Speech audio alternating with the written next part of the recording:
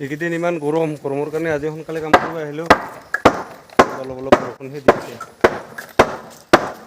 এইদিনা ঢালাই দিয়া পষ্টগিলা চাটাৰিং খুলি কিনে ইয়াত ভীম লিংটাৰ এটা ঢালাই দিম আজি। তো যেতিয়া আমি বাক্সবিলাক খোলোঁ এনেকৈ খোলোঁ, তাৰমানে ঢালাই দিয়াৰ পিছত টান হৈ পৰে।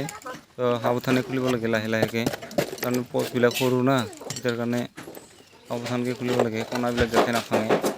তো এনেকৈ খোলা হয় আমি। খোলাৰ পিছত এয়া এনেকুৱা হয়। মজা হৈছে দে। পষ্টটো আমি 4x4 দিছোঁ, 4 ইঞ্চি বাই 4 ইঞ্চি। তাৰপিছত এতিয়া ভীমৰ লিংটাৰৰ কাৰণে চাটাৰিং ফিট কৰা হৈ গ'ল। তাৰপিছত পানী টকটা শুকান হৈ থাকে, তাৰ কাৰণে পানী মাৰিব লাগে, পানী মাৰাটো ভাল। তেতিয়া ঢালাইবিলাক চাটাৰিঙত সাপৰি নধৰে। তো এনেকৈ পানী মাৰি দি আছোঁ ঢালাই। প্ৰায় হোৱাৰ অৱস্থায় অলপহে লাগে আৰু হ'বা। এনেকৈ মছলা ঢালাইটো ঢিলাকৈ মাৰি ল'লে ভাল, মানে চবফালে ভালকৈ মিহল হৈ যায়, চাটাৰিঙৰ কণাবিলাক ভাল হয়। এনেকৈ ফুলটো লগোৱা হৈ আছে 8 ইঞ্চিৰ, 4 ইঞ্চি ওপৰত, তলত 4 ইঞ্চি, 3 বাটামৰ কাৰণে। সেইটো কাৰণে ওপৰত 4 ইঞ্চি লগা হৈছে, যিটো চলপ হ'ব বাটামটো। আৰু এনেকৈ কৰোঁতে কৰোঁতে গৰমো বাঢ়ি আহিল।